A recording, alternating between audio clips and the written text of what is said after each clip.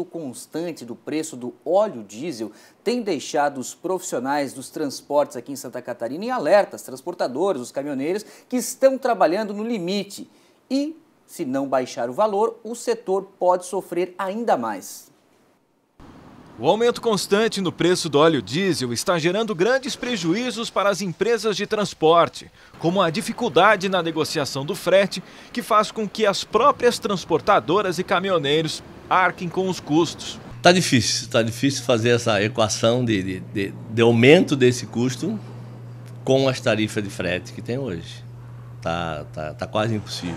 Quem é dono de caminhão está pensando 2 vezes antes de colocar ele na estrada.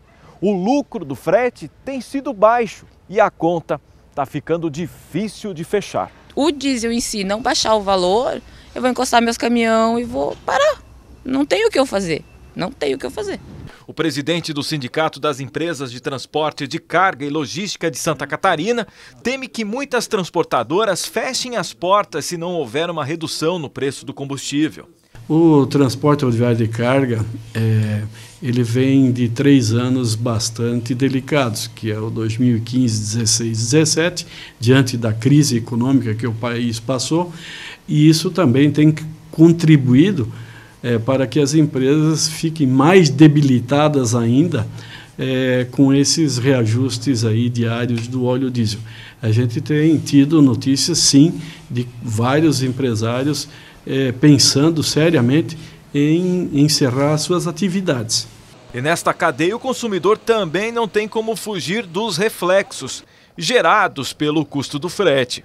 Ele encarece em função do que é? Da alta carga tributária, que independente ela é repassada para o preço desse determinado produto. E quem paga isso daí é a parte do próprio consumidor.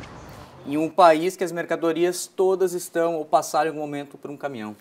E, na realidade, isso aí a semana passada a gente comentou sobre isso também, é um reflexo da política de preços da Petrobras. Ela entrou com uma política agressiva a partir do 2º semestre de 2017. Os preços da gasolina e do óleo diesel aumentaram quase 50%. E como essas empresas vão fazer para absorver isso nos custos? Por exemplo, o combustível ele é extremamente penoso para quem usa transporte de carga, mas também para quem tem um táxi, para quem anda de Uber. É um custo super significativo na matriz, né, de custos e cálculo no final do mês. E o detalhe é o seguinte: penaliza quem? O consumidor. Por quê? Porque a Petrobras comemora lucro acima de 60%. Os estados, o repasse de royalties, por exemplo, de petróleo, aumentou 20% para os estados produtores durante esse período. E quem paga? A produção caiu. A gente faz um link agora com o que a gente acabou de ver do varejo, do bom resultado, caiu menos 2,2% o consumo no estado. E mesmo assim os lucros continuam crescendo, bom para municípios que recebem royalties, bom para o estado, bom para o governo federal que arrecada, mas tudo isso tem um ônus para o bolso do consumidor e de quem trabalha diretamente com o transporte e depende do diesel para sobreviver, enfim. E a gente sabe que o mercado hoje não aceita aumento, porque a gente ainda não começou a crescer de forma consistente. E essa cadeia logística aqui, né, de transporte, ela não consegue repassar o custo para quem está contratando. E nessa cadeia logística, nós estamos falando só do combustível, nem falamos ainda da infraestrutura, da demora de espera em filas, em rodovias, que também é um belo prejuízo. Né? Aumenta o custo de permanência do funcionário, aumenta o tempo de permanência do caminhão, né, nessa área de transporte por conta da ineficiência do setor público e alguns gargalos que a gente está mais do que óbvio que a gente precisa resolver o mais urgente possível. Tão logo volte a subir a arrecadação, a gente precisa sim pensar num país mais eficiente